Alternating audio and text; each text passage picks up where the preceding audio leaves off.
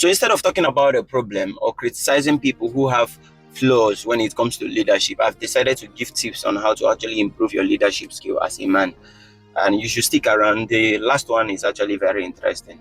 The first thing I have on my list here today is being responsible. And by being responsible, I mean knowing what to do and doing it without being told to do that particular stuff. Some men are not responsible. I'm not here to criticize, but then I'm saying that there's a need for you to be responsible as a man.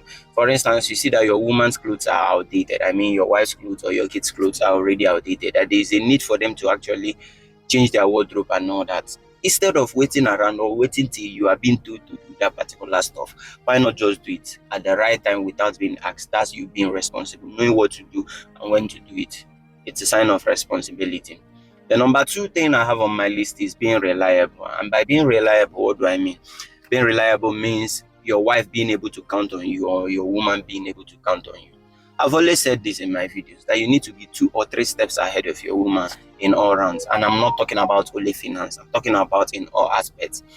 The first thing that should come to your woman's mind whenever she's having a problem or she has an issue or she encounters anything unfamiliar is to run to you or to consult you or to ask you, because you will either have an idea or a clue on how to solve the problem or a head knowledge, whichever one. But then, like I said, you need to improve. In fact, there should be room for improvement on daily basis as a man. That would actually help you improve your leadership skill.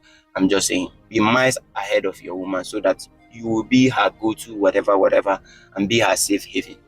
I'm just saying. The number 3 thing on my list is setting boundaries and operating within the shadows of that boundaries and not beyond. Most of you, some of you are not even, I don't know, but then you make rules. These rules are applicable to you, but you go about actually breaking the rules yourself. It's of no use. Make sure you operate within that particular boundaries you've set, especially when it is applicable to you or any other person, or it's a unanimous something. I am just saying.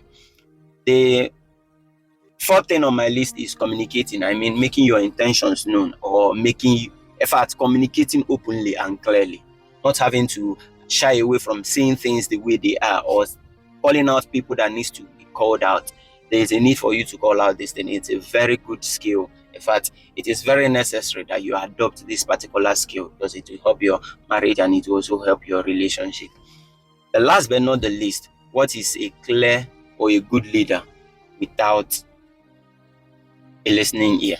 Learn how to listen. Most of you don't listen. Your own is just to dish out rules and regulations without having to pay attention to your woman, without having to listen to her opinions, her suggestion, even if it does not make sense. But then it's actually relieving to be heard out. I mean, when somebody tells you a particular thing, you listen to them, even if it's not making sense. You can tell them, okay, fine, your opinion matters, but at the same time, I don't think we have to do this and all that. It's a very good leadership skill.